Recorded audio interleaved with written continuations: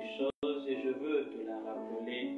Ta parole ne sort pas en vain, elle sort pour un but. Elle ne revient pas vers toi sans avoir accompli ce pourquoi tu l'envoies. Accomplis cette promesse dans nos cœurs en ce jour, pour la gloire de ton nom, tendre Père, pour la gloire de ton Fils bien-aimé et pour notre bonheur suprême. Nous te le demandons au nom de Jésus-Christ. Amen. Amen. Gloire au Seigneur, nous le bénissons pour ce moment dans sa présence. J'ai une petite question à vous poser avant que nous ne continuions. Qui peut partager avec nous l'angle sous lequel il a contemplé le Seigneur Jésus ce matin pendant que nous étions en train d'adorer? Qui peut me dire, pour lui, durant le culte, Jésus donc a été présenté sous un aspect particulier. Quel est donc cet aspect? Parce que nous devons noter une chose, que quand nous tenons dans la présence du Seigneur, c'est pour contempler Jésus. Nous aimons le dire, c'est important. La Bible est claire, c'est en contemplant Jésus que nous sommes transformés de gloire en son image. Chaque occasion qui nous est accordée de nous approcher du Seigneur, c'est pour le contempler et l'exalter, désirer être comme lui. Alors, nous avons fait un culte, nous avons adoré. C'est un moment dans la présence du Seigneur. Sous quel aspect as-tu contemplé Christ?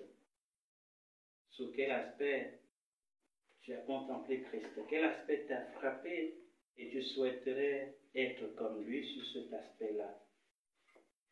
Est-ce que quelqu'un a été particulièrement touché par un aspect durant ce moment de culte? Sinon, c'est un premier point, en tout cas introductif de mon partage de ce matin, qui n'était pas prévu, mais c'est pendant que nous chantions « Tu es digne, Seigneur Jésus », pendant que je priais, que cette pensée m'est venue, et je me suis posé la question, pourquoi il est établi roi des rois? Pourquoi il est établi Seigneur des seigneurs? Pour quelle raison Dieu l'a établi sur toutes ses œuvres? Pour quelle raison Dieu l'a établi? Qui sait? Pourquoi Dieu a établi Jésus-Christ maître de toutes ses œuvres? Qui sait pourquoi? On l'a chanté. Ok. Nous l'avons chanté. Il est important de méditer sur tout ce que nous chantons. Nous avons dit, tu es digne, Seigneur Jésus. N'est-ce pas? Tu es le roi des rois. Ok. Pourquoi a-t-il été établi roi des rois, Seigneur des seigneurs? Dieu l'a établi sur toutes ses œuvres et a fait sortir un décret qui ne peut être révoqué. En son nom, tout genou fléchira et toute langue confessera qu'il est Seigneur à la gloire de Dieu. Pourquoi tu étais établi ainsi? Pourquoi Dieu l'a établi? Pourquoi Dieu l'a établi? En tout cas, c'est sous cet aspect que moi je l'ai contemplé. La Bible nous dit clairement qu'il a été établi ainsi dans l'Apocalypse parce qu'il a racheté pour son Dieu par son sang des hommes de toute nation, de toute tribu. C'est pour ça qu'on dit qu'il est digne.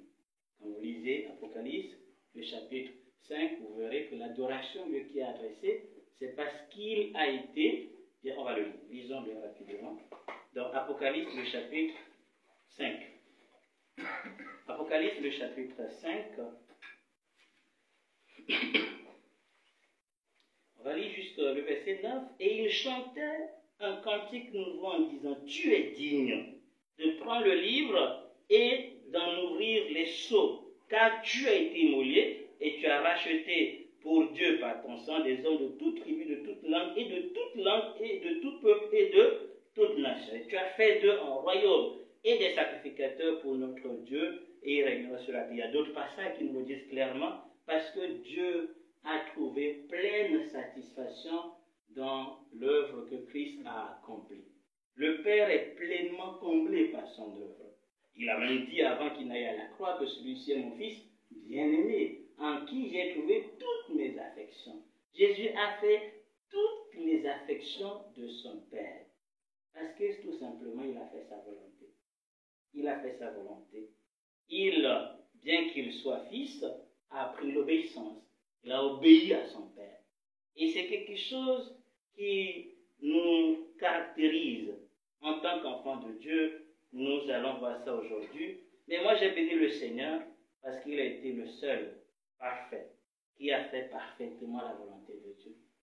Il a dit à plusieurs reprises, donc celui qui fait la volonté de mon Père demeure éternellement. Et c'est parce que lui, il a fait, qu'il nous conseille aussi de la faire, de suivre cette trace.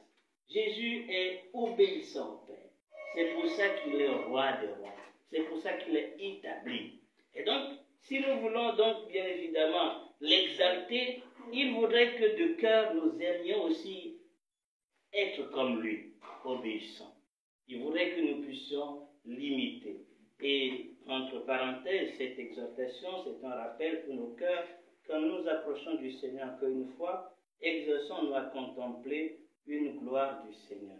C'est en contemplant sa gloire, nous allons exalter cette gloire, le bénir. C'est ce que le Seigneur a fait ce matin. Et quand je réalisais comment dans toute sa marche, il n'a rien fait qui soit en dehors de la volonté de Dieu. Tous les jours, pendant tout son séjour, il n'a fait que la volonté de Dieu. Il est obéissant, parfaitement obéissant. Mais nous n'y arrivons pas. Jusqu'à présent, il y a des moments où nous ne faisons pas la volonté de Dieu. Nous nous battons pour obéir au Seigneur. Christ a obéi à son Père dans la perfection. Et je pouvais le bénir, l'exalter pour cette obéissance. Et désirer dans mon cœur lui être semblable. Donc que chacun de nous s'exerce à contempler Christ chaque fois qu'il se trouve dans la présence du Seigneur, en assemblée comme dans sa maison. Nous devons garder nos yeux sur une seule personne. Quels que soient les cantiques, quels que soient les versets, quelles que soient les exhortations, ce qui est important et ce qui pourra vraiment transformer nos vies, c'est lorsque nous les rapportons à Christ. C'est lorsque nous contemplons le modèle parfait. C'est pour ça qu'il a vécu ici-bas, pour nous donner un modèle à suivre. C'est une parenthèse. Pourquoi le Seigneur nous a mis à cœur d'étudier l'Assemblée? Pour plusieurs raisons, ça a été évoqué. Mais aujourd'hui, je vais donc voir avec vous un aspect particulier de l'Église. L'Église est présentée dans les Écritures au moins sous 3 formes. L'Église est présentée comme étant corps de Christ, et par rapport à ça, on doit comprendre que nous sommes membres les uns des autres. Il y a la responsabilité, puisque chaque membre a un rôle à jouer, et Christ est donc la tête de ce corps. Il y a donc plusieurs leçons qu'on peut tirer donc, sous cette image de Christ, l'Église en tant que corps de Christ. Mais l'Église est aussi présentée comme maison de Dieu. La maison, la construction de Dieu. Et donc, quand on dit construction, c'est qu'il y a des pierres qui sont utilisées. Mais il y a un fondement. N'est-ce pas? Il y a un fondement. Et donc, sous cet aspect également, nous verrons donc plusieurs éléments donc, de l'Église en tant que maison. Mais aussi, comme on va nous dire que l'Église est devenue une grande maison. Une maison dans laquelle il y a du n'importe quoi et tout ou rien. L'Église est vraiment devenue une grande maison. Mais il y a des gens qui se conservent pour être des vases utiles. Et le Seigneur dit que le fondement demeure. Dans cette grande maison, le fondement solide demeure. Il connaît ceux qui lui appartiennent. Et quiconque prononce le nom du Seigneur, qu'il se retire de l'iniquité. 2 Timothée 2, verset 19. Donc, l'Église, maison de Dieu, s'est répandue dans les Écritures. Et peut-être que si le Seigneur nous fait grâce, on abordera aussi l'Église sur cet aspect. Un troisième aspect, c'est que l'Église est comparée comme étant l'épouse de Christ. L'épouse de Christ. Il y a donc, sous cet aspect, l'idée de faire sortir la fidélité, comme Paul a dit, je vous ai fiancé à Christ, vous devez lui être fidèle. Il y a aussi la question d'amour, donc qui découle donc de cette image. Christ est donc notre époux et qui nous a aimés, qui s'est livré pour son épouse et qui l'a chérie. Et l'épouse lui doit obéissance, lui doit soumission et crainte. Il y a donc bien sûr plusieurs points qu'on peut aborder à ce niveau. Donc le Seigneur a mis à cœur de nous rappeler un point extrêmement important quant à l'Église en tant que maison de Dieu. Aujourd'hui, nous allons donc aborder un aspect de maison de Dieu. Et si le Seigneur fait grâce, on abordera d'autres aspects liés toujours à la maison de Dieu, parce qu'il y a tellement de choses qu'on peut dire quand on parle de l'Église en tant que maison de Dieu. On lit le premier passage dans 2 Timothée, plutôt 1 Timothée, le chapitre 2. 1 Timothée, le chapitre 2. 1 Timothée, le chapitre 3, plutôt le verset 16. Hein? On va lire à partir du verset 14 pour mieux comprendre. Donc, 1 Timothée 3, 14 à 16. 1 Timothée 3, 14 à 16. Je t'écris ces choses avec l'espérance d'aller bientôt vers toi. Mais afin que tu saches, si je tarde, comment il faut se conduire dans la maison de Dieu, qui est l'église du Dieu vivant, la colonne et l'appui de la vérité. Et sans contredit, le mystère de la piété est grand. Celui qui a été manifesté en chair, justifié par l'Esprit, vu des anges, prêché aux gentils, cru dans le monde, élevé dans la gloire. Très bien. Donc l'église est qualifiée de maison de Dieu. L'église, maison de Dieu. Donc qui est l'église du Dieu vivant? Donc quand nous parlons de l'église, c'est une maison. La maison dans laquelle Dieu habite. Et il y a donc une manière de se conduire.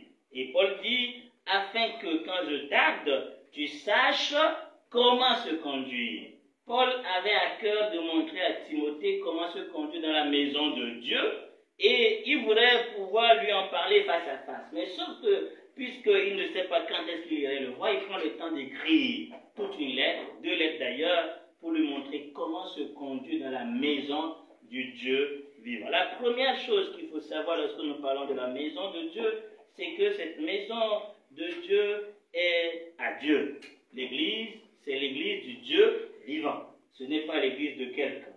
Jésus a dit dans Matthieu le chapitre 16, on va lire Matthieu le chapitre 16. Donc qu'est-ce qu'il a dit? Il a dit qu'il bâtira son église. Matthieu le chapitre 16. Matthieu 16. Nous lisons Matthieu le chapitre 16. 17. Dans le verset 15, pour comprendre. Et vous, leur dit-il, qui dites-vous que je suis? Simon Pierre répondit, tu es le Christ, le Fils du Dieu vivant. Jésus reprenant la parole lui dit, tu es heureux Simon, fils de Jonas, car ce ne sont pas la chair et le sang qui t'ont révélé cela, mais c'est mon Père qui est dans les cieux. Et moi je te dis que tu es Pierre, et que sur cette pierre je bâtirai mon église, et que les portes du séjour des morts ne prévaudront point contre elle. Très bien. Nous parlons aujourd'hui du fondement de l'église, la maison du Dieu vivant. Le fondement de l'église, la maison du Dieu vivant. Puisque c'est une maison, c'est une construction, on ne peut pas avoir une construction sans fondement. D'accord. Donc, et le fondement, j'allais dire la profondeur du fondement dépend aussi, j'allais dire, plutôt la taille de l'immeuble conditionne la profondeur du fondement. D'accord. Donc si on veut construire un seul niveau, on ne va pas prendre toute la peine de construire très profondément le fondement. Mais quand il s'agit de 25 étages, ben, ce ne sera pas la même profondeur. Mais la première chose que nous devons savoir, c'est que le fondement de l'Église est ce qui garantit sa stabilité. Si le fondement n'y est pas, évidemment, nous ne pourrons pas donc parler de subsistance. Nous allons voir ça tout à l'heure. Et Jésus dit ici, tu es Pierre. Et sur cette pierre ou sur ce roc, je bâtirai mon église. Et que les portes du séjour des morts ne prévaudront point contre elle. Une assurance extraordinaire. Quand l'église a un solide fondement. Quand le fondement est basé sur la pierre. Et que cette construction, elle est l'œuvre de Jésus lui-même. Je reprends. Ce qui garantit la stabilité de l'église, maison de Dieu, c'est qu'elle est fondée sur le roc. Et elle est bâtie par le maître de la maison. Ce n'est pas un ouvrage d'homme. Ce n'est pas une œuvre d'un homme. Et le fondement n'est pas basé sur une théologie, le fondement n'est pas basé sur une idéologie, le fondement est basé sur le roc. Et c'est quoi ou c'est qui ce roc? Pierre l'a évoqué, tu es Christ, le Fils du Dieu vivant. Paul va dire dans 2 Corinthiens, ou 1 Corinthiens plutôt le chapitre 3, 1 Corinthiens le chapitre 3, il nous dit une chose extrêmement importante. 1 Corinthiens le chapitre 3, 1 Corinthiens le chapitre 3, parlant toujours du fondement, du solide fondement. 1 Corinthiens le chapitre 3, le verset, donc il dit, j'ai posé le fondement, le verset, quel verset? Le verset 11. Le verset 11. Car personne ne peut poser un autre fondement que celui qui a été posé, savoir Jésus-Christ. Selon la grâce de Dieu qui m'a été donnée, le verset 10, j'ai posé le fondement, comme un sage architecte, et un autre bâtit dessus. Mais que chacun prenne garde à la manière dont il bâtit dessus. Car personne ne peut poser un autre fondement que celui qui a été posé, savoir Jésus-Christ. Donc Jésus est le fondement, le véritable roc. Et lorsque, donc bien évidemment, nous comprenons que la maison de Dieu est bâtie sur Jésus-Christ, alors nous serons donc, nous comprendrons évidemment qu'est-ce qu'il faut, j'allais dire, quant à la construction et quant à notre responsabilité. Parce que lorsqu'on parle de cette construction, on a besoin des pierres. On y reviendra. La Bible dit que nous sommes, bien sûr, les pierres vivantes. Christ est la pierre angulaire. Et donc, c'est sur Christ que la maison se repose. Le fondement, c'est sur Christ. Ce n'est pas sur autre chose. Donc, la première leçon que j'ai voulu partager avec nous, c'est que la stabilité de ta vie, et dans tout ton domaine en réalité, est conditionnée par la qualité de ton fondement ou du fondement sur lequel tu construis. Tu ne peux pas t'attendre à quelque chose de stable, quelque chose de durable, si tu bâtis sur tes idées, si tu bâtis sur tes pensées, si tu bâtis sur ta sagesse. La seule chose qui dure et durera pour toujours, c'est ce qui est bâti sur le roc, qui est bâti sur Jésus-Christ. Et c'est à cela que le Seigneur nous appelle, que chacun en tant que pierre vivante de la maison comprenne que ce qui soutient toute la maison, c'est donc le fondement. Et de là, il y a beaucoup de leçons qu'on en tire parce qu'on ne donne pas gloire à la maison, même si c'est la maison qui est vue. La vérité, c'est que la maison n'a aucune valeur s'il n'y a pas un bon fondement. On est d'accord avec moi? Et des fois, c'est la maison que nous voyons. Mais ce qui tient vraiment la maison, c'est le fondement qui est caché. Le fondement est caché, mais c'est lui qui tient toutes choses. Et c'est exactement ce que Christ fait. On le sait. Quand il est venu, il est mort à la croix, il est parti au ciel, on ne le voit plus. Et c'est sur lui que tout s'appuie. C'est sur lui que l'église de Dieu vivant est posée.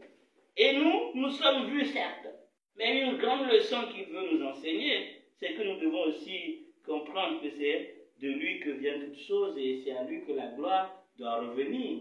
Nul ne doit tirer aucune gloire. Nous ne sommes que des pierres dans la construction.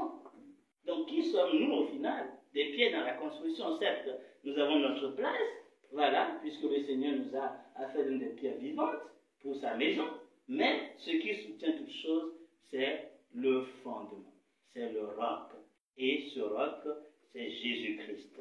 C'est pour ça qu'il nous a fait voir tout à l'heure dans la lettre que Paul a écrite à Timothée, de savoir comment se conduire dans la maison de Dieu vivant. Il ajoute en disant que nous devons savoir que le mystère de la piété est grand. Il parle de Dieu qui s'est fait chair.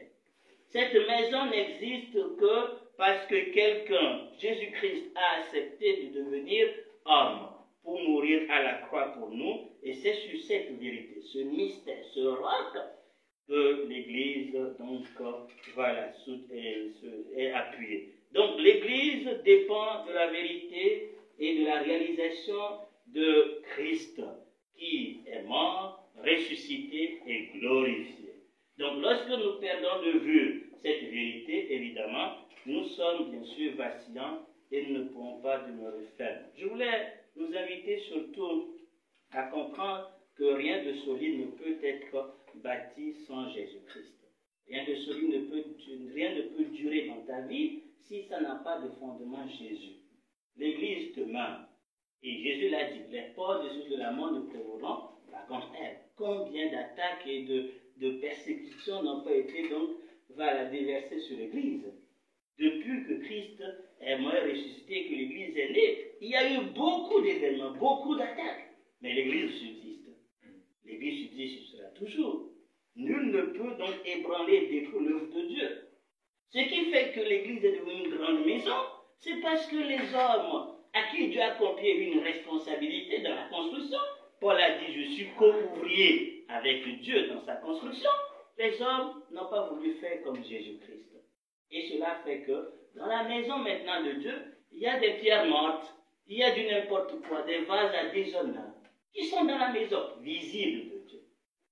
Et il va dire dans 2 Pierre, comme dans 2 Timothée, je vais le lire, c'est important qu'on lise là, 2 Timothée, le chapitre 2 Timothée, le chapitre 2, c'est là où il parle de la grande maison.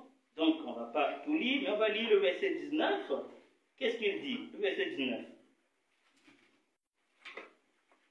Néanmoins, le solide fondement de Dieu reste debout, avec ses paroles qui lui servent de sceau.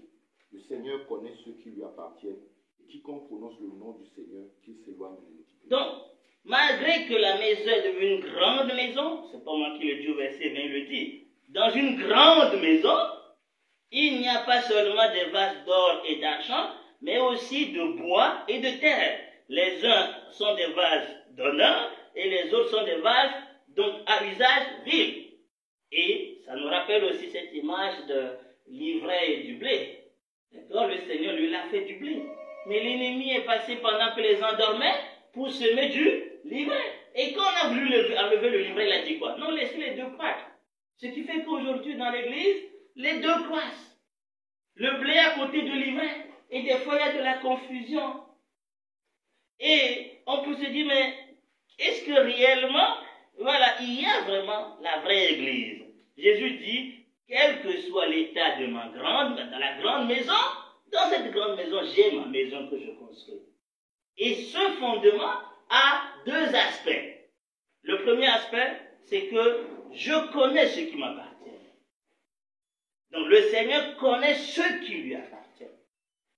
Il ne s'agit pas de connaître Dieu, mais d'être connu de lui. Il s'agit de savoir si lui te reconnaît comme appartenant à sa maison. Le Seigneur connaît ce qui lui appartient. Il lui dit dans Romains que celui qui n'a pas l'esprit de Christ, celui-là n'appartient pas à Dieu. Mais le Seigneur connaît dans cette grande maison, dans cette confusion totale, on ne sait plus qui est qui aujourd'hui. Des vrais et des faux se ressemblent et s'assemblent malheureusement. Mais Dieu dit, dans ce mélange, je connais ceux qui sont en moi. Et donc, nous ne devons pas être, j'allais dire, voilà, ignorants sur cet aspect. Nous ne devons pas croire que le Seigneur est dans la confusion, peut-être nous, mais lui, il sait qui sont ceux qui arrivent. Lui, il les connaît. Et donc, nous, notre part, c'est de savoir si dans cette grande maison, nous sommes connus de Dieu. Si nous sommes à lui. Est-ce que nous appartenons au Seigneur, oui ou non? Et donc, si c'est le cas, comment le savoir? Il dit, il y a un deuxième aspect de ce fondement. Quiconque prononce le nom du Seigneur, qui s'éloigne de l'iniquité. Donc, je connais ceux qui sont en moi. Ça c'est vrai, c'est de son côté. Mais du côté de ceux qui sont en lui, il dit, on les reconnaîtra s'ils s'éloignent de l'iniquité. Quiconque prononce le nom du Seigneur. Pourquoi m'appelez-vous Seigneur, Seigneur, ne faites-vous pas ce que je dis? Donc, quiconque prononce le nom du Seigneur, la conséquence est qu'il doit s'éloigner de l'iniquité. Donc, celui qui n'est pas sur ce fondement, il peut beau crier qu'il est chrétien, mais il n'est pas dans la maison de Dieu. Il est dans la grande maison. Il est dans la grande maison, ça c'est pas un souci. L'ivraie et le blé grandissent ensemble. Et c'est ce qui fait que les gens vont pleurer ce jour-là, en disant, non Seigneur, on était avec ceux qui te prient aussi. On a fait même beaucoup de choses. Il va dire, mais non, mais vous n'étiez pas de ceux qui sont sur ce fondement-là. Vous étiez fondement, c'est que vous êtes connus de moi et dans la pratique, vous vous éloignez de l'iniquité. Il faut que ces deux sceaux soient clairs dans nos pensées. Donc, la maison de Dieu est basée sur le fondement qui est Christ lui-même. Et ce fondement se manifeste par ces deux aspects. On est connu de lui et on marche dans la vérité, loin de l'iniquité, du péché, sur toutes ses fautes. Il va même par la suite, il va dire, fuis les passions de la jeunesse, le verset 22, recherche la justice, la foi, la vérité, la charité, la paix, avec ceux qui invoquent le Seigneur d'un cœur pur. Nous avons fait déjà une conférence, donc un séminaire sur le cœur pur. Donc là, il évoque un cas pratique, fuis les passions de la jeunesse et recherche ces choses. Donc, encore une fois, pour appuyer ce qui a été dit hier dans l'étude, nous devons toujours faire très attention par rapport à ce que nous pouvons voir et qui va nous faire croire que nous sommes enfants de Dieu. Ce qui est très important, c'est le fondement. Et quand nous avons donc bien sûr Christ comme fondement de nos vies, ça veut dire concrètement que nous le reconnaissons comme Seigneur, et lui nous reconnaît comme étant lui, et pratiquement nous vivons sous sa seigneurie. Quiconque prononce le nom du Seigneur. Il ne s'agit pas de l'appeler Jésus, bon berger. Non, Seigneur, c'est important. Seigneur, c'est pour dire qu'il est le Seigneur de ta vie. Il est le maître, l'autorité, celui qui te guide. Et donc, si c'est le cas, la conséquence est que tu t'éloignes de l'iniquité sur toutes ses formes. Donc, la première partie est importante. C'est quoi? Le Seigneur connaît ceux qui sont à lui. Est-ce qu'il te connaît? Ça, c'est la première question. Ne nous trompons pas sur ce principe. La première question à laquelle il faut répondre, chacun dans son cœur avec le Seigneur, est-ce que je suis connu de Dieu? Est-ce qu'il dit de moi que je suis à lui? Le Seigneur connaît ce qui lui appartient. Il connaît ses brebis le suivent. On l'a lu hier. Il connaît ce qui lui appartient. Et les brebis savent bien évidemment qu'ils sont connus de du berger, ça c'est clair.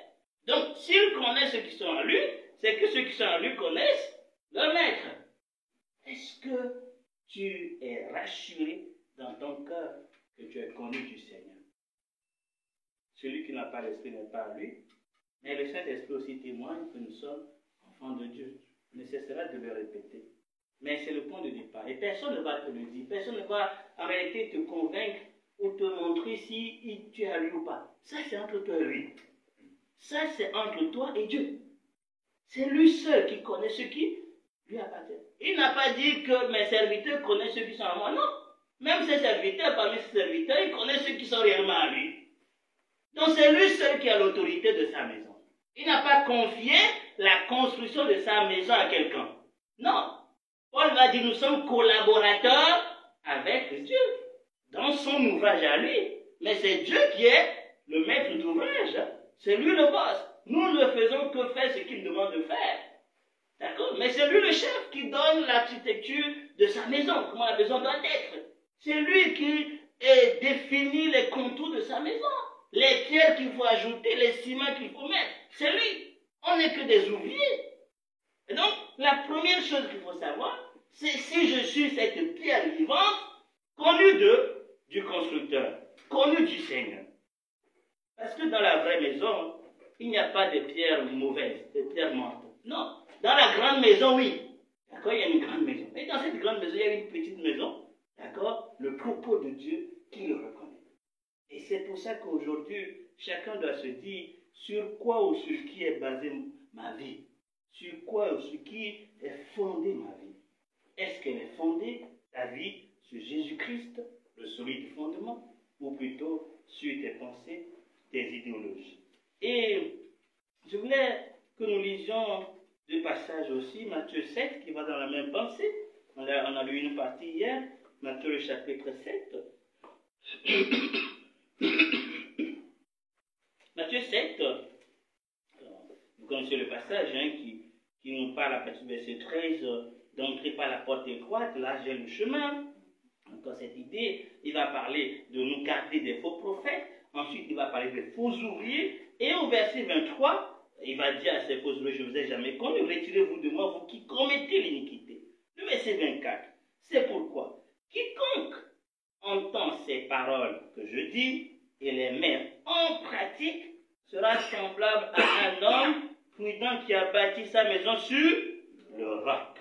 La pluie est tombée, les torrents sont venus, les vents ont soufflé et se sont jetés contre cette maison. Elle n'est point tombée parce qu'elle était fondée sur le roc. Mais quiconque entend ces paroles que je dis et ne les met pas en pratique sera semblable à un homme insensé qui a bâti sa maison sur le sable. La pluie est tombée, les vents sont venus, les torrents sont venus, les vents ont soufflé et ont battu cette maison et elle est tombée et sa ruine a été grande. Après que Jésus ait dit ces choses, donc, la foule était étonnée de sa doctrine. La même pensée est véhiculée dans Luc le chapitre 6. Lisons Luc le chapitre 6. Encore une fois, il parle de la même pensée en parlant au verset 43. Ce n'est pas un bon arbre qui produit un mauvais fruit, etc.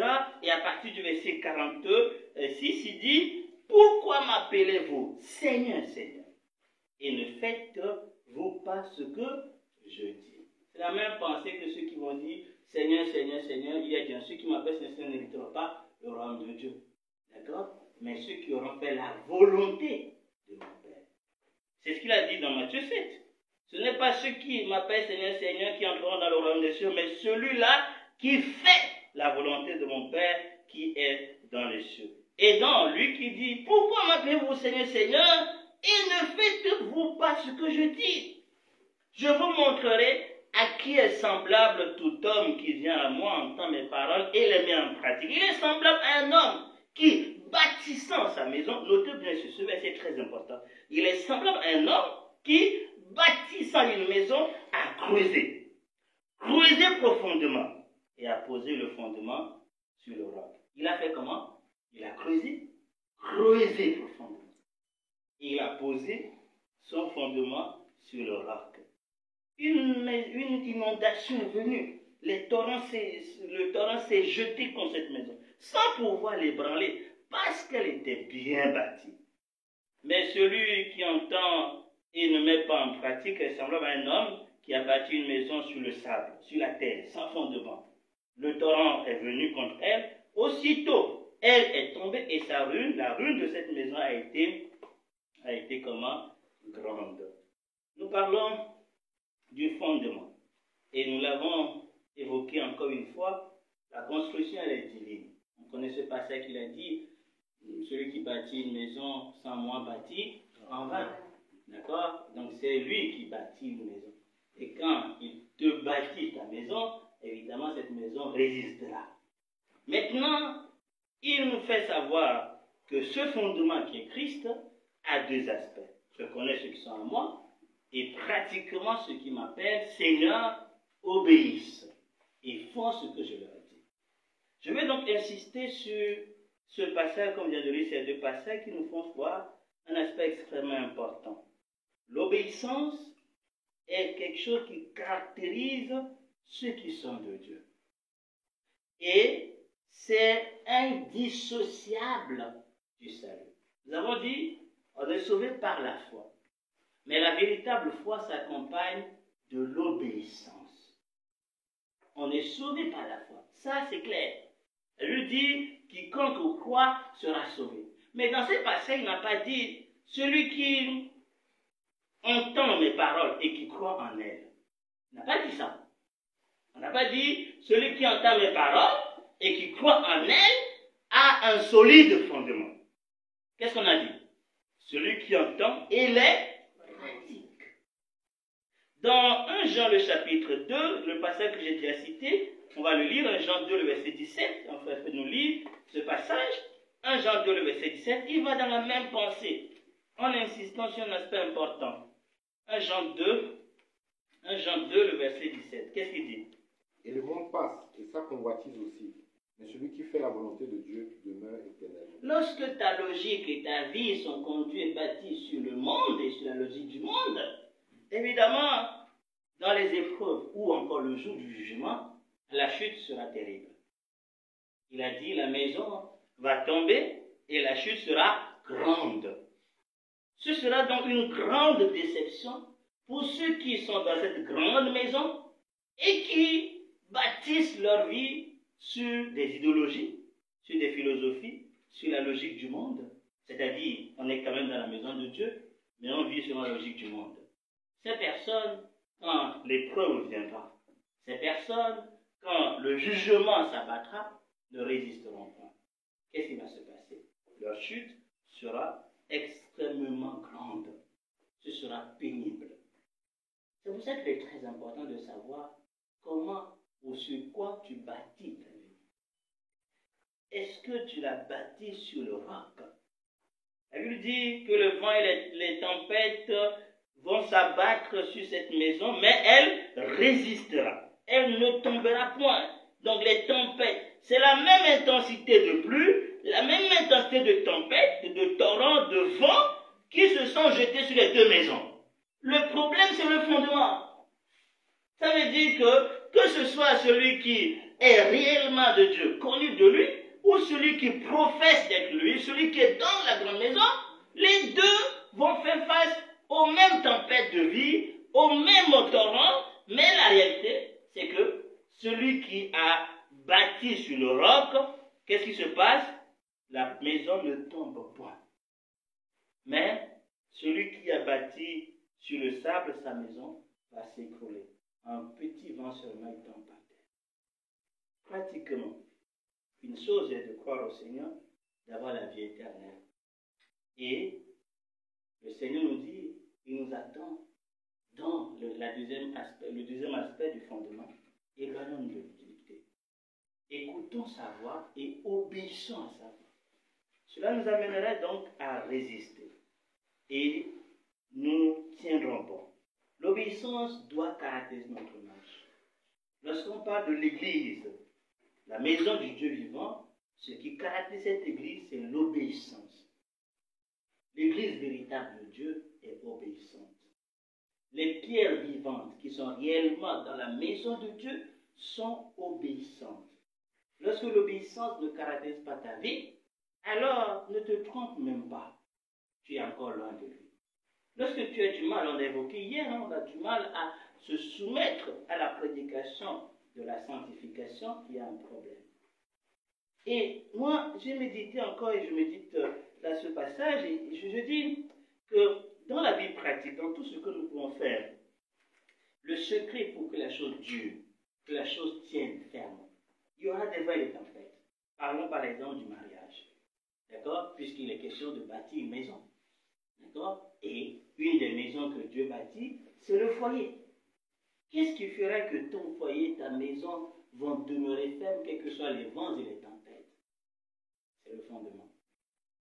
C'est le fondement. Ce n'est pas juste le fait de croire en Jésus qui est le fondement. C'est le fait de l'écouter, de lui obéir. Ça veut dire que tout ce que vous faites a comme référence Christ. C'est pour ça qu'au début de l'exhortation, je vous ai posé la question, comment avez-vous contemplé Christ? Ce qui demeure, c'est lorsque c'est Christ qui est reproduit. Je reprends. Il y a un problème à régler, un souci à traiter. Si la référence, c'est la logique humaine, la référence, c'est ce que les gens vont dire, c'est comment ma famille va voir la situation, comment d'autres personnes vont nous voir. Si c'est ça la référence, la décision, elle peut être bonne, applaudie des autres. Elle peut être extraordinaire. Vous pouvez vous en réjouir, mais elle ne tiendra pas. Elle va s'écrouler. Cette décision ne peut pas faire subsister votre foyer. Impossible. Mais lorsque vous dites, voyons ce que Dieu a dit, qu'est-ce que Christ a fait? Qu'est-ce qu'il a dit? Comment veut-il que je me comporte? Là, tu prends la décision.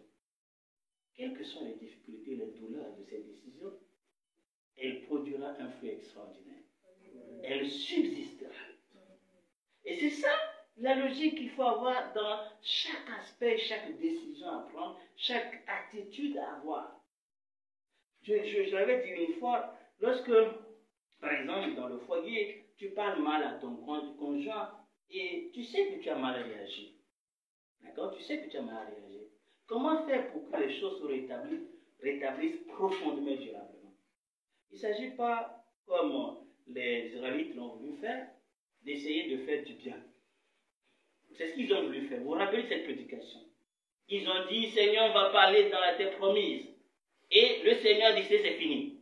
Et juste après, ils ont dit, bon, allons-y de nos forces. Moïse a dit, Dieu n'est pas avec vous. Ils sont quand même allés, parce qu'ils sont conscients qu'ils ont mal fait. Or, étant conscients de cela, la première chose à faire, c'est d'interroger le Seigneur pour savoir comment corriger la chose. Mais eux, ils ont aussi défini leur manière de faire. On va faire du bien pour corriger le mal. Ça ne marche pas. C'est la mort assurée. Le bien ne peut pas compenser le mal. Il ne s'agit pas d'offrir des fleurs ou des cadeaux ou encore des belles paroles. Non. Avec Dieu, le principe est simple. Nommer les choses telles qu'elles sont. C'est-à-dire, c'est un péché. J'ai mal parlé, j'ai offensé, c'est un péché. Un péché, quelle est la solution du péché? Ce n'est pas le jeûne. Ce n'est pas de faire des offrandes. C'est quoi la solution du péché? C'est la croix de Christ. Je me répands et je crois que le sang de Christ me purifie de toute iniquité. Parce que c'est souvent blessant, humiliant de s'abaisser pour dire, tu sais, j'ai mal parlé, je te demande pardon. C'est vraiment humiliant de reconnaître qu'on a mal fait. On cherche plutôt à contourner. On cherche plutôt à faire d'autres choses pour calmer la situation. Ben, ça va se calmer, mais ce n'est pas traité. Le problème n'est pas traité. Et ça va amener de la ruine totale. Quand on est dans un couple, dans un foyer, il ne s'agit pas de vouloir camoufler les choses, mais traiter les choses dans leur profondeur. J'aime bien quand il dit il a creusé profondément. L'apparence des choses nous trompe souvent. Non, on ne bâtit pas quelque chose de durable sur quelque chose d'apparent. Donc, non, on ne peut pas apporter une solution durable à un péché si on ne traite pas profondément le péché. Si on ne se dit pas, c'est quoi la source de ce péché? Ce péché vient d'où? Cette irritation vient d'où? Pas parce qu'il m'a mal parlé que je me suis irrité, non. Peut-être, la vraie cause, c'est que je ne suis pas encore mort à moi-même. Je tiens à ma personnalité. Comment il peut oser me parler comme ça? Au fait, ce n'est pas le fait que la personne ait mal parlé qui t'a énervé. C'est le fait que ça a touché ta personne. Et donc, devant Dieu, il ne s'agit pas de dire j'ai mal réagi. Non. Tu dois pleurer pour le fait que tu tiens encore à ta personne. Seigneur, je ne suis pas encore mort à mon petit moi. Je tiens à ma personne. Je veux être apprécié. Je veux qu'on me respecte. Il faut le dire au Seigneur. Tu dois dire, Seigneur, c'est ça mon problème. Et là, tu es en train de traiter les choses profondément. C'est ça, bâti sur le roc, creuser profondément. C'est de ne pas traiter les choses à la surface, mais de dire, Seigneur, c'est quoi la source véritable de ce péché? C'est quoi la source véritable de ce problème que je n'arrive pas à traiter? De cette irritation, de cette distraction, de cette inquiétude. Des fois même, c'est lié au fait que, voilà, j'ai même pas, ça peut arriver qu'on a tellement pitié de soi-même. C'est un péché. C'est-à-dire le fait que je n'arrive pas à faire confiance au Seigneur. Je suis tellement inquiet parce que je vis dans une situation que j'ai pitié de moi-même. J'ai pitié. Le fait d'avoir ce sentiment est un péché devant Dieu. Et des fois, c'est ça, parce que nous tenons à notre personne. Nous tenons à notre gloire. Et on se sent tellement misérable. Et quand tu ne réalises pas la profondeur des choses, tu vas demander pardon. Mais la chose est toujours là, parce que tu n'as pas creusé profondément. Tu n'as pas bâti sur le roc. Tu as bâti en superficie, tout simplement. Et donc, quand on te parle encore mal, tu t'emportes, tu réponds. Certains ont vécu des situations difficiles dans leur passé. Et des fois, ils n'ont pas creusé profondément pour les confesser, les avouer au Seigneur. Ils ont bâti. Mais le problème, c'est que quand les vents et les tempêtes viennent, ça c'est parce qu'ils ont vécu, par exemple, des paroles, tu ne réussiras jamais. Il ne peut rien faire. Tu es nul. Des propos comme ça sont ancrés dans la vie de certaines personnes. Ce qui fait que dans leur activité, dans leur vie chaque jour, quand on leur dit, on leur fait une petite remarque, ils prennent mal la remarque. Pourquoi? Parce que ça sent dans leur tête qu'on est en train de leur dire tu es incapable. Alors que ce n'est pas le problème. On t'exhorte juste à faire mieux. Mais parce que ça n'a pas été guéri profondément, donc à chaque fois qu'il y a un petit mot, ça ressuscite ce qu'il a vécu durant toute sa vie. C'est pour ça que Jésus a dit, je suis venu pour guérir les cœurs blessés aussi.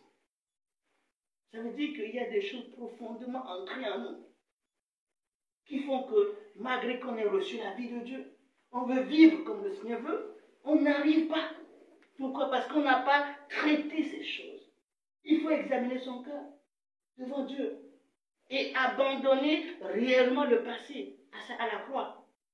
Dire que oui, j'ai été dans telle chose, j'ai été victime de tels propos, de telles attitudes, mais Christ a pris aussi sur lui mes blessures.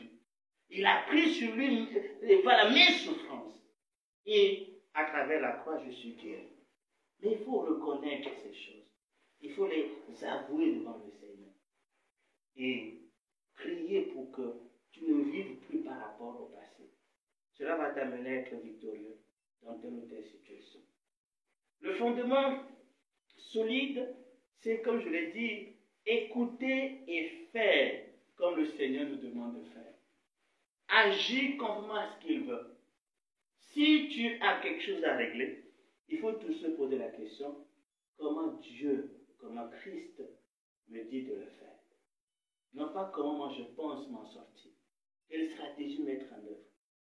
Ce n'est pas comment je pense être affranchi de telle chose. Non. Mais plutôt, Seigneur, comment toi tu veux que je fasse? Et si tu suis les instructions du Seigneur, je l'ai dit, je le répète, il va y avoir des épreuves. Il va y avoir des difficultés. Mais la vérité, c'est que tu réussiras dans le chemin. Parce que c'est la parole de Dieu que tu es en train de mettre en œuvre. C'est la volonté de Dieu que tu es en train de faire. On l'a lu, celui qui fait la volonté du Père demeure éternellement. C'est ce qui est dit, non? Tu peux le relire, hein? 1 Jean le chapitre 2, verset 17. 1 Jean 2, verset 17. 1 Jean 2, verset 17. Et le monde passe, et sa convoitise aussi. Mais celui qui fait la volonté de Dieu demeure éternellement. Il demeure éternellement. C'est pour ça qu'il dit, vous m'appelez Seigneur, Seigneur, vous ne faites pas la volonté de Dieu. Il va dire, mes frères et mes sœurs sont ceux qui écoutent, mais qui font la volonté de mon Père qui est dans les cieux. C'est pour insister aujourd'hui sur l'importance de la pratique, de mettre en pratique. La foi, c'est ce qui nous donne la vie. Mais cette foi, elle est suivie de l'obéissance. Donc c'est pour ça que dans plusieurs passages, comme ce qu'on a évoqué, on insiste sur le côté obéissance. Le fait de mettre en pratique, le fait de faire la volonté de Dieu. C'est vrai qu'il va dire que quand on lui a posé la question, c'est juste encore une précision. Quand on a posé la question, comment faire la volonté de Dieu, croyant en celui qui l'a envoyé. Il a évoqué ça. Parce que ces personnes n'ont pas encore fait la première, la grande volonté. Ils n'ont pas encore fait la première volonté qui est de croire en ce qu'il a envoyé. Maintenant, quand il s'agit de nous qui avons cru, faire la volonté de Dieu, c'est aussi de croire. Mais cette foi se manifeste par l'obéissance. C'est inadmissible de dire on croit ce que tu nous as dit, mais on ne met pas en pratique la chose. C'est impossible. Donc, il est question aujourd'hui de nous poser la question, est-ce que nous obéissons au Seigneur à chaque pas? Il ne s'agit pas de faire des choses selon ce que nous pensons, ce que les gens nous disent. Des gens sont seulement inquiets de ce que leurs familles vont dire. Ce n'est pas qu'est-ce que le Seigneur va dire. Il veut prendre telle décision, qu'est-ce que ma famille va dire? Non! Ce qui est important, mais qu'est-ce que le Seigneur lui va dire? Qu'est-ce qu'il veut? C'est pour ça qu'il dit celui qui veut me suivre, qu'il renonce à lui-même, qu'il renonce à sa famille, qu'il renonce à tout ce qu'il a pour qu'il puisse me suivre. Et donc, si on n'est pas dans cette inscription, c'est-à-dire on ne s'inscrit pas dans cette vision du Seigneur, renoncer à tout pour le suivre, on ne peut pas lui être agréable. Celui qui me sert, qu'il me suive. On va lire ce passage, je crois que c'est dans Jean 8. Hein, je n'ai pas trouvé ça, mais on va le lire, c'est important que nous comprenions ce volet de l'église, la maison du Dieu vivant. Ce qui fait que cette maison est devenue une grande maison, c'est que les gens n'écoutent plus le Seigneur et ne pratiquent plus ce qu'il dit. Non. Donc la grande maison est caractérisée par le fait qu'ils n'écoutent plus la voix de Dieu. On a dit à la dernière minute, les gens vont se former leur propre docteur, leur propre enseignant. Ils vont avoir leur propre enseignement, ce qui plaît à leurs yeux, ce qui plaît à leurs oreilles. Ils n'écoutent pas le Seigneur, ils ne pratiquent pas ce qu'il dit. C'est ce qui fait qu'il y a cette grande maison. Le chapitre 8, je crois, de Jean, nous dit, celui qui me sert, qu'il me suive. Et c'est celui qui me suit, qui sera donc, celui qui me sert sera honoré par le Père. Qui connaît ce passage? Celui qui me suit,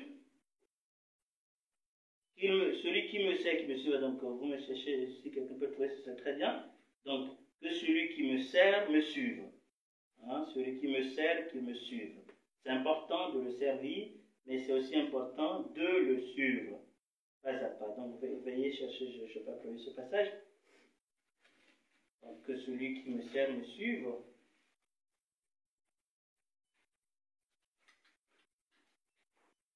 Alors, on va retrouver ce passage tout à l'heure. Donc, maintenant qu'on le trouve, la pensée que j'ai voulu partager ici, c'est qu'une chose est de le servir, mais une chose est de le suivre.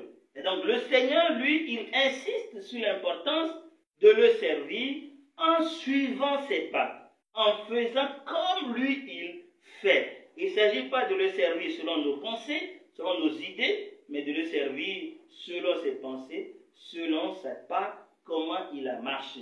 C'est alors que nous irons donc, bien sûr, voilà, de gloire en gloire, et quand il y aura les tempêtes, il y aura les difficultés, nous subsisterons, et rien ne pourra ébranler notre foi, rien ne pourra ébranler la maison que Dieu construit.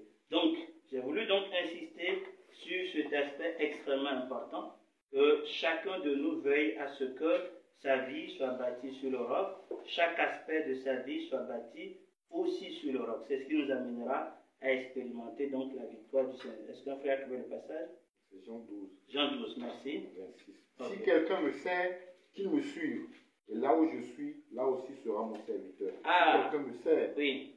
Le Père l'honorera. Voilà. Donc Jean 12, le verset, on va le relire encore. 26, Jean 12, 26, tout le monde, vous voyez bien le passage. Si quelqu'un, on peut même lire le verset qui précède, hein, donc puisqu'il en parle, il dit, en vérité, le verset 24, je vous le dis, si le grain de blé qui est tombé en terre ne meurt, il reste seul. Mais s'il meurt, il porte beaucoup de fruits. Celui qui aime sa vie la paiera. Mais celui qui hait sa vie, dans ce monde, la conservera pour la vie éternelle. Si quelqu'un me sert, qu'il me suive. Et là où je suis, là aussi sera mon serviteur. Si quelqu'un me sert, le Père l'honorera.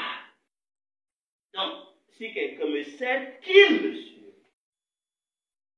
Donc, suivre ses traces, faire comme lui, c'est la condition qui nous est donc fixée si nous voulons servir le Seigneur.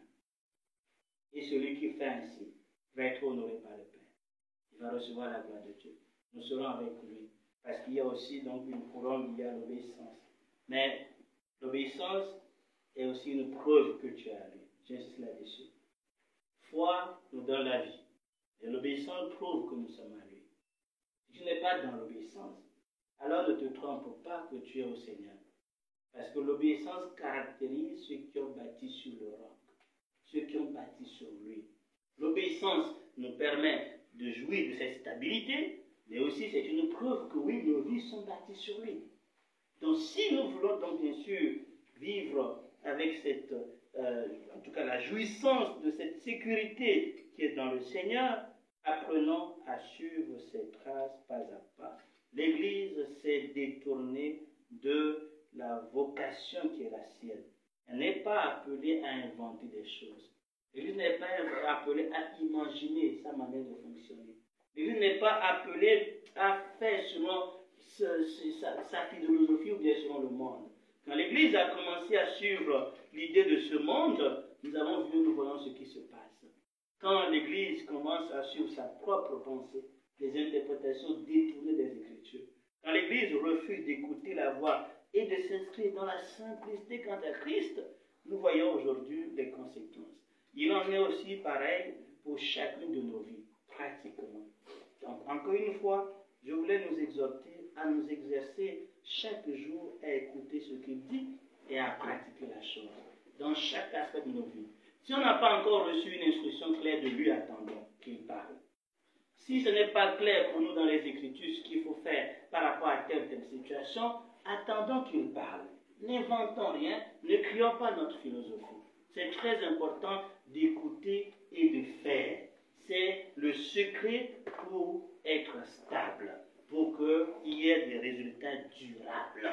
C'est très important. Et j'ai insisté sur la maison en particulier, des maisons chrétiennes, des foyers, mais aussi pour nous faire comprendre que le foyer ne tient que lorsque c'est bâti sur Christ, lorsque c'est bâti par Christ, lorsque c'est vécu selon Christ. Et qu'il n'y a pas une autre considération dans le couple, si ce n'est la considération de Jésus seul. C'est Jésus que nous voyons. C'est lui qui guide nos idées, nos projets, nos pensées. C'est lui notre objectif premier. Quand ce n'est pas le cas, tout ce qui va se faire, on est en train de faire, on peut beau faire assez de voyages, assez de fêtes, assez de cadeaux, mais le foyer ne tiendra pas. Ça ne tiendra pas. C'est ce qui se passe aujourd'hui. Il y a assez de divorces, même dans la maison, la grande maison de Dieu. Parce que, évidemment, ce n'est plus Christ qui est le socle, qui est le centre des foyers. Ce n'est plus sur lui que les choix sont effectués, mais sur d'autres considérations. Or, la seule chose ou la seule personne qui tient durablement les choses, c'est Christ. Que Dieu nous accorde vraiment cette disposition à nous exercer, à l'écouter et à faire sa volonté. Nous allons prier. Notre Père, nous te bénissons pour ta parole. Nous voulons t'exalter parce que ton amour nous a encore interpellés. Je veux te demander pardon toutes les fois où je n'ai pas été sensible à ta voix, où je n'ai pas mis en pratique ce que tu m'as dit. Seigneur, je prie que tu donnes à cette assemblée des cœurs obéissants, des cœurs disposés à entendre ta voix, mais non seulement à l'entendre, mais à la mettre en pratique. Je prie que tu sois le socle, que tu sois le rocher sur lequel nos maisons, nos foyers sont bâtis. Je prie, Seigneur, que tout, Seigneur, ce qui n'est pas de toi, tout ce qui est volonté de la chair, tout ce qui est de convoitise de ce monde, puisse être ôté du milieu de nous. Nous voulons faire simplement ta volonté. Oh, combien c'est merveilleux de le savoir. Celui qui fait la volonté de Dieu demeure éternellement, Seigneur. Accorde-nous cette disposition à te suivre pas à pas. Nous te prions pour cela. Merci encore pour ces moments de grâce dans ta présence. Bénis ton assemblée et que ta grâce nous soit multipliée dans la connaissance de Jésus-Christ, le véritable rocher, le roc sur lequel tu bâtis ton assemblée. Gloire à toi, tant de Père, au nom de Jésus-Christ. Amen. Dieu nous bénisse.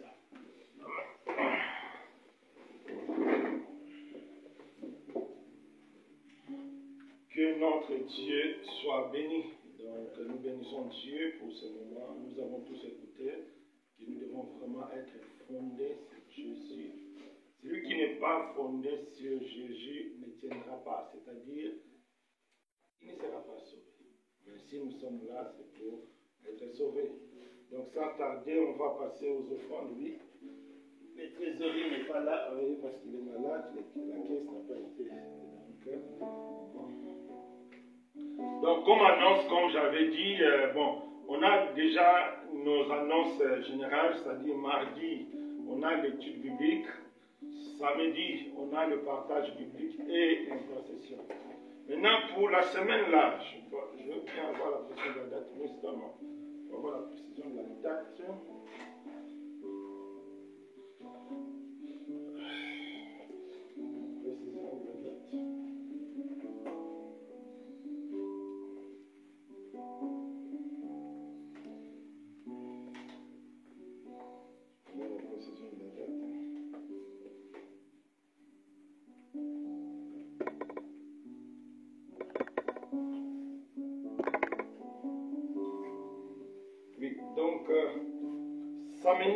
Samedi 17 et dimanche 18 février, nous avons un séminaire ici. Donc, je crois là, on va vous communiquer les dimanches prochains. Mais il faut déjà mettre dans la tête, dans vos agendas, samedi 17 et dimanche 18, on a un séminaire, les thèmes des 7 églises de l'Apocalypse. Parce que maintenant, comme le frère nous a prêché, nous sommes en train de voir l'église. Nous sommes l'église. Alors, les 7 églises, ça nous parle. C'est important. Donc, nous devons voir l'église dans toute sa profondeur. les 7 églises, c'est vraiment les reproches, les encouragements que Dieu fait dans la vie de chaque chrétien. Donc c'est important que chaque chrétien puisse connaître les reproches que Jésus a fait dans ces églises-là. C'est les mêmes reproches qu'il nous fait. Les encouragements qu'il avait fait dans ces églises-là, c'est les mêmes encouragements. Les avertissements, c'est les mêmes avertissements. Les conséquences, c'est les mêmes conséquences. Donc c'est très important. Donc prenons vraiment le temps de prier pour ces séminaires afin que Dieu nous assiste. Donc je répète, les 17 et les 18 février, nous aurons un séminaire thème, les 7 églises de l'Apocalypse. Dans l'heure vous sera communiqué le dimanche prochain. Bon. Et puis la même semaine aussi, nous allons recevoir le pasteur Monche. Mais jusque-là, on n'a pas encore fait le programme avec comment on va faire. Donc il y a le pasteur Monche qui sera le nôtre par nous. Donc c'est ça un peu les annonces. Et puis comme j'avais dit aujourd'hui, on a notre assemblée générale. C'est très important que chacun de nous puisse assister. Donc bon, je vais dire ça, mais je répète encore, même dans le fonctionnement des apôtres, à un moment donné, les apôtres se réunissaient, ils parlaient pour voir comment marcher, qu'est-ce qui n'a pas marché, comment avancer. Donc c'est ça l'œuvre de Dieu, toujours dans le but pour nous permettre d'être dans ces fondements-là, pour ne pas s'écarter, comme le frère a dit, à cause du raisonnement, à cause de nos pensées. Aujourd'hui, l'Église s'écarte surtout si vous êtes sur Internet, vous allez voir aujourd'hui, il y a plusieurs doctrines, il n'y a que des doctrines qui sont en train de sortir. Pourquoi? Parce que les gens veulent s'écarter, les gens veulent les raisonnements humains. Alors nous ne voulons pas ça. Donc l'Assemblée générale, c'est aussi un moment là où nous allons parler, voir où on va. C'est très important. Donc c'est ça. Donc après les cultes là, on va vite commencer notre Assemblée générale. Donc mardi à 20h, notre étude, samedi à 16h, notre partage biblique et à 15h, notre intercession. Samedi 17 et dimanche 18, on a le séminaire. Donc vraiment priez pour ça, le thème, les 7 églises de l'Apocalypse. Que notre Dieu soit béni. Je pense que nous allons saluer notre frère, donc qui nous visite pour la première fois, ça non? Le frère de Rachida, c'est ça? D'accord, donc que Dieu te bénisse, notre frère de Rachida. Donc sans tarder, on va s'élever pour la bénédiction finale, et puis on va prier pour les offrandes. Prions. Éternel Dieu des armées, merci pour ta grâce, merci pour cette libéralité, la libéralité que tu as disposée, chacun de nous a donné pour l'avancement de ton œuvre. Nous te bénissons, Seigneur. Nous recommandons aussi ton peuple, oh Dieu, soit avec nous, éternel notre Dieu, tout au long de la semaine, ceux qui vont aller à l'école, ceux qui vont rester à la maison, au travail, oh Dieu, marche avec nous. Nous recommandons aussi nos bien-aimés qui sont malades, oh Dieu, tu puisses les guérir au nom de Jésus. Ceux qui ne sont pas venus pour une raison ou une autre, oh Dieu, tu puisses les assister, leur expliquer vraiment l'importance de l'Église. Sois béni, Seigneur. Au nom puissant de Jésus, nous recommandons encore notre assemblée générale. Oh Dieu, sois avec nous, parle à chacun de nous. Sois béni, Seigneur, au nom puissant de Jésus-Christ. Amen. Amen. Donc, on commence tout de suite là. On prend peut-être 5 minutes de se saluer et on passe à l'assemblée générale pour gagner du temps. Donc, on se salue pendant 5 minutes.